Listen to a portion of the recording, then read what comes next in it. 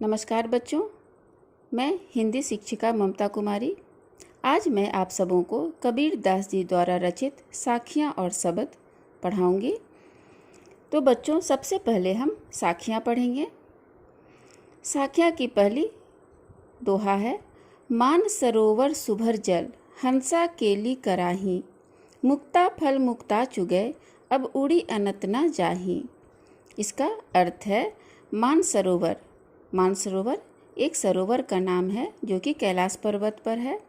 सुभर जल मतलब मानसरोवर जो है वह पूरी तरह से जल से भरा हुआ है और उसमें हंसा केली कराही, उसमें जो हंस है वह क्रीड़ा कर रही है, मतलब उसमें तैर रही है, भ्रमण कर रही है, खेल रही है।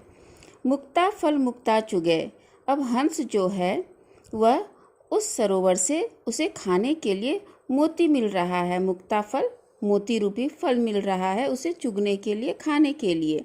अब उड़ी अनत न जाही, और जब उसे मोती रूपी अनाज खाने को मिल रहा है तो वह वहाँ पर संतुष्ट है, इसलिए वह उड़कर अन्यत्र मतलब दूसरे जगह नहीं जाना चाहता है। इस दोहे का दो अर्थ है।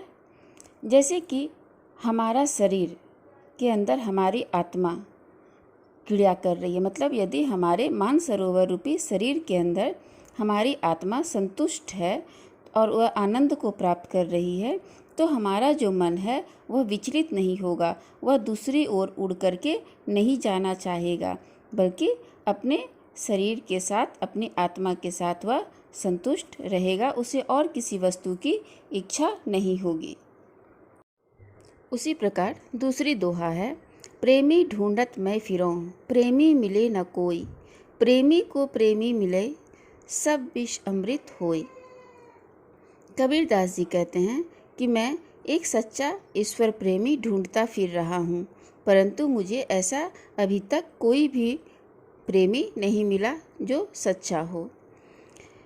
कबीर दास जी कहते हैं, जिस दिन एक ईश्वर प्रेमी को दूसरा सच्चा ईश्वर प्रेमी मिल जाए, उस दिन इस संसार की सारी बुराइयां अच्छाइयों में बदल जाएगी, मतलब सारा विष जो है वह अमृत हो जाएगा। तीसरी दोहा है, हस्ती चढ़िए ज्ञान को सहज दुलीचा डारी, स्वान रूप संसार है भूखन दे झक मारी। कबीर दास जी कहते हैं कि आप ज्ञान की प्राप्ति के लिए बिल्कुल सरल और सहज उपाय ढूंढिए। जैसे कि हाथी पर चढ़ने के लिए सहज दुलीचा डालना चाहिए, मतलब बिल्कुल आरामदायक कंबल उस पर डालना चाहिए। उसी प्रकार ज्ञान की प्राप्ति भी आरामदायक तरीके से होना चाहिए, कष्टदायक तरीके से बिल्कुल नहीं।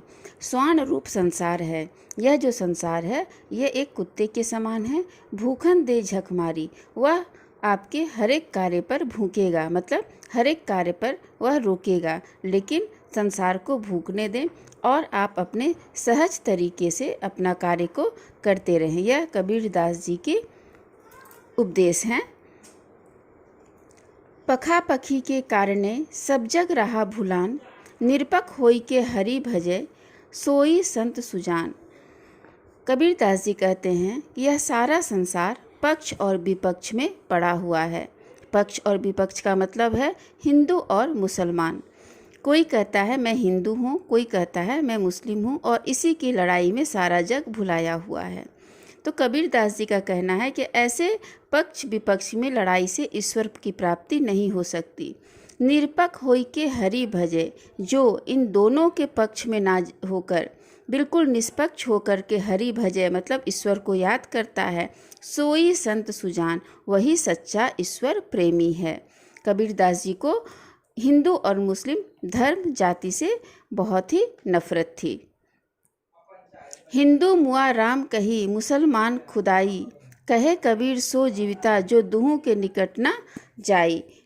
कबीर दास जी कहते हैं, हिंदू राम राम करके मरता है, मुसलमान खुदा खुदा करके मरता है, लेकिन कबीर दास जी का कहना है जो दोनों के निकट नहीं जाता, मतलब जो हिंदू हिंदू ना करे, मुसलमान मुसलमान ना करे, मंदिर और मस्जिद ना करे, बल्कि सिर्फ एक ईश्वर को माने, वही सही सच्चा व्यक्ति है और वही जीवन में सच्चा जीवन जीता है। काबा फिरी काशी भया, राम ही भया रहीम, मोट चून मैदा भया, बैठी कबीरा जीम। कबीर दास जी कहते हैं कि जिस दिन काबा मुस्लिमों का धर्म स्थान काशी बन जाए और राम हिंदुओं का भगवान राम रहीम बन जाए, उस दिन कबीर दास जी को इतना अच्छा, इतनी खुशी लगेगी कि जब वह मोटा आटा भी खाएंगे तो उन्हें लगेगा कि मैदे जैसी रोटी की बनी हुई, मैदे जैसी आटे की बनी हुई रोटी मैंने खाया है। उन्हें इतनी ज़्यादा खुशी मिलेगी। ऊंचे कुल का जन्मिया, जे करनी ऊंच ना होई, सुबरन कलश सुरा भरा, साधु निंदा सोई। कबीर दास जी का कहना है कि ऊंचे कुल में जन्म लेने से ही हम लोगों का नाम ऊंचा नहीं हो सकता है।